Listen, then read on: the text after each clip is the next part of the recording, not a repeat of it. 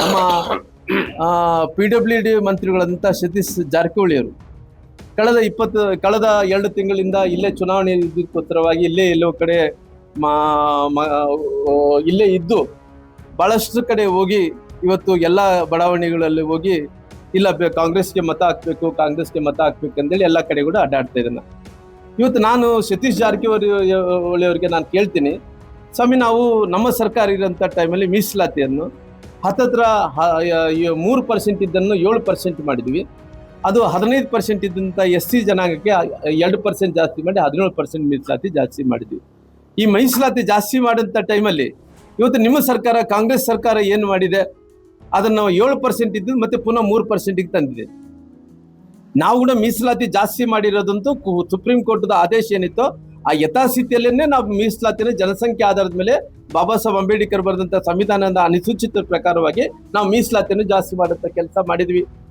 ಆದ್ರೆ ಈ ಸರ್ಕಾರ ಬಂದ ನಂತರ 7% ಇದು 3% ಮೀಸಲಾತಿ ಅಂದ್ರೆ 4% ಕಡಿಮೆ ಮಾಡಿದೆ. ಇವತ್ತು ಅದನ್ನೇ 17% ಇದ್ದಿದ್ದು ಇವತ್ತು 2% ಜಾಸ್ತಿ ಮಾಡಿ 15% ಮೀಸಲಾತಿ ಕೊಟ್ಟಿದೆ.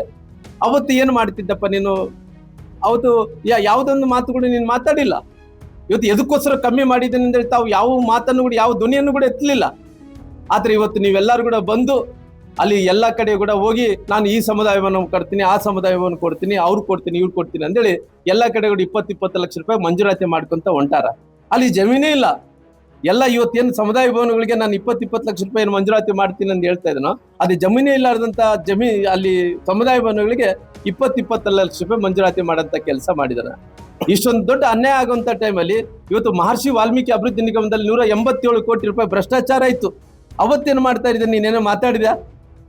ಇಷ್ಟೊಂದು ದೊಡ್ಡ ಪರಿಶಿಷ್ಟ ಜಾತಿ, ಪರಿಶಿಷ್ಟ ಪಂಗಡಗಳ ಜನಾಂಗಕ್ಕೆ ಇಷ್ಟೊಂದು ದೊಡ್ಡ ಅನ್ಯಾಯ ಆಗುವಂತ ಟೈಮಲ್ಲಿ ಎಲ್ಲ ನಿಗಮಗಳಲ್ಲಿದ್ದಂಥ ಹಣವನ್ನು ಯಾರಿಗೆ ಫಲಾನುಭವಿಗಳು ಸಿಗಬೇಕಾಯ್ತೋ ಎಲ್ಲ ಹಣವನ್ನು ಲೂಟಿ ಮಾಡಿದಂಥ ಟೈಮಲ್ಲಿ ನಿಮ್ಮ ಸರ್ಕಾರದಲ್ಲಿದ್ದಂಥ ಕೆಲವು ಮಂದಿ ದೊಡ್ಡ ಹುದ್ದೆದಲ್ಲಿದ್ದಂಥ ರಾಜೀನಾಮೆ ಕೊಟ್ಟಂತ ಸಂದರ್ಭದಲ್ಲಿ ಕೂಡ ಇವತ್ತು ಏನು ಬಾಯಲ್ಲಿ ಇಟ್ಕೊಂಡಿದ್ರಪ್ಪ, ತಾವು ಏನೇ ಮಾತಾಡ್ಲಾರ್ದಂತ ಸುಮ್ಮನೆ ಇದ್ರಿ. ಇವತ್ತು ತಾವು ಎಲ್ಲರೂ ಕೂಡ ಇವತ್ತು ಈ ರೀತಿ ಅನ್ಯಾಯವನ್ನು ಮಾಡಿ ಪುನಃ ಯಾವ ಮುಖ ಹಿಡ್ಕೊಂಡು ತಾವು ಇವತ್ತು ಮತವನ್ನು ಕೇಳ್ತಾ ಇದ್ರಿ ಅಂತೇಳಿ ಅದಕ್ಕೆ ಉತ್ತರವನ್ನು ಕೂಡ ಕೊಡಬೇಕಾಗಿದೆ.